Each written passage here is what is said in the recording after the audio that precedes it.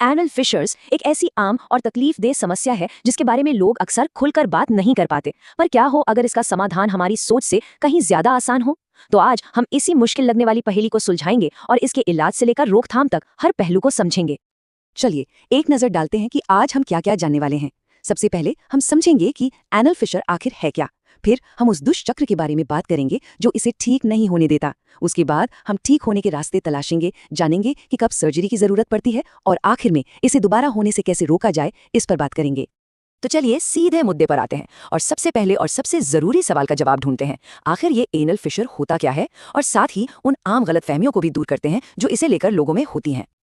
देखिए, अगर हम भारी भरकम मेडिकल शब्दों को हटा दें तो एनल फिशर का मतलब बहुत सीधा सा है।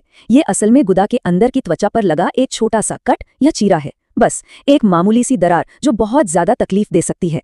और यहीं पर सबसे बड़ी गलतफहमी होती है। अक्सर लोग फिशर को बवासीर यानी पाइल्स समझ लेते हैं, पर ये दोनों बिल्कुल अलग अलग चीजें हैं।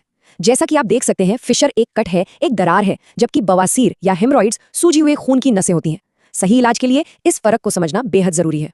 अब इसमें समय का भी एक बड़ा रोल है। अगर फिशर 6 हफ्तों के अंदर अंदर ठीक हो जाए तो उसे एक्यूट कहा जाता है, लेकिन अगर ये 6 हफ्तों से ज्यादा खिंच जाए तो ये क्रॉनिक बन जाता है। और चिंता की बात यह है कि लगभग 40% एक्यूट फिशर क्रॉनिक में बदल जाते हैं। लेकिन सवाल ये उठता है कि भाई एक छोटा सा कट इतनी जिद्दी और लगातार बनी रहने वाली समस्या कैसे बन जाता है? इसका राज एक दुष्चक्र में छिपा है, एक ऐसा जाल जिससे बाहर निकलना मुश्किल हो जाता है। आइए इस जाल को परत दर परत समझते हैं। इस पूरे चक्र की शुरुआत होती है एक बहुत ही आम वजह से, कब्ज या कठोर मल। जब ऐसा होता है तो गुदा की नाजुक त्वचा पर एक चीरा लग जाता है और बस यहीं से सारी मुश्किलों की नींव रखी जाती है। अब जरा सोचिए, जब कहीं कट लगता है तो दर्द तो होता ही है। उस तेज दर्द के जवाब में हमारा शरीर खुद को बचाने के लिए अंदर की एक मांसपेशी जिसे स्फिंक्टर कहते हैं उसे जोर से सिकोड़ लेता है।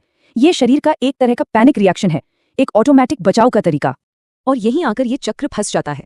जब वो मांसपेशी बहुत ज्यादा कसती है तो वो उस घाव तक खून पहुंचाने वाली बारीक नसों को भी दबा देती है। नतीजा, उस घाव को ठीक होने के लिए जो खून और ऑक्सीजन चाहिए वो उस तक पहुंच ही नहीं पाता। ब्लड फ्लो आधे से भी कम हो जाता है। और बिना सही ब्लड सप्लाई के कोई भी घाव कैसे भरेगा? वो भर ही नहीं पाता। और फिर अगली बार जब मलत्याग होता है तो वो कच्चा घाव फिर से खुल जाता है। इससे और दर्द होता है, मांसपेशी और ज्यादा कसती है और ये दर्द और घाव का कभी ना खत्म होने वाला चक्र बस चलता ही रहता है। तो फिर सबसे बड़ा सवाल ये है कि इस दुष्चक्र को तोड़ा कैसे जाए? अच्छी खबर यह है कि इसे तोड़ने के कई असरदार तरीके मौजूद हैं और इनकी शुरुआत होती है कुछ बहुत ही आसान घर पर किए जा सकने वाले उपायों से।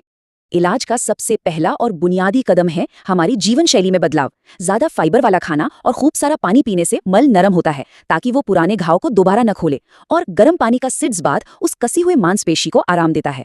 तो देखिए, ये दोनों उपाय सीधे सीधे उस दुष्चक्र की जड़ पर हमला करते हैं। लेकिन अगर इन शुरुआती उपायों के बाद भी 6 हफ्तों में आराम न मिले और फिशर क्रॉनिक बन जाए, तब हमें इलाज के अगले पड़ाव की तरफ बढ़ना होता है, जिसमें दवाइयां शामिल हैं।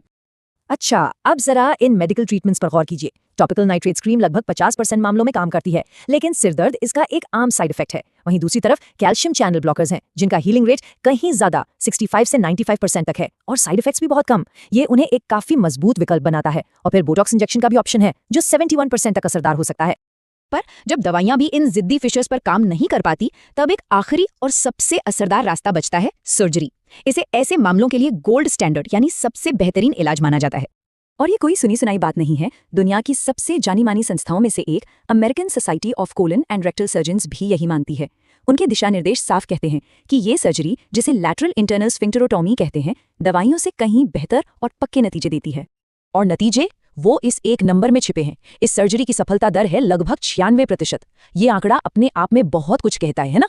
लेकिन इतनी जबरदस्त सफलता दर के साथ एक जोखिम भी जुड़ा है, असंयम यानी गैस या मल पर कंट्रोल में थोड़ी कमी आना। हाँ, ये सच है कि ऑपरेशन के तुरंत बाद ये समस्या 45% मरीजों तक में देखी जा सकती है।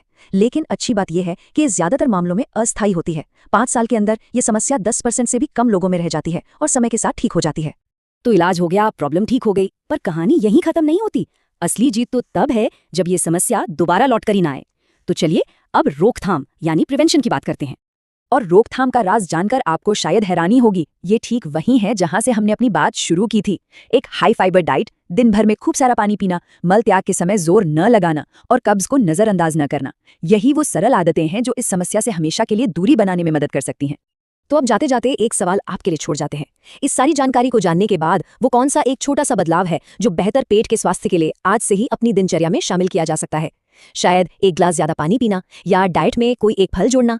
याद रखिए, एक सेहतमंद जिंदगी की शुरुआत ऐसे ही एक छोटे से लेकिन मजबूत कदम से होती है।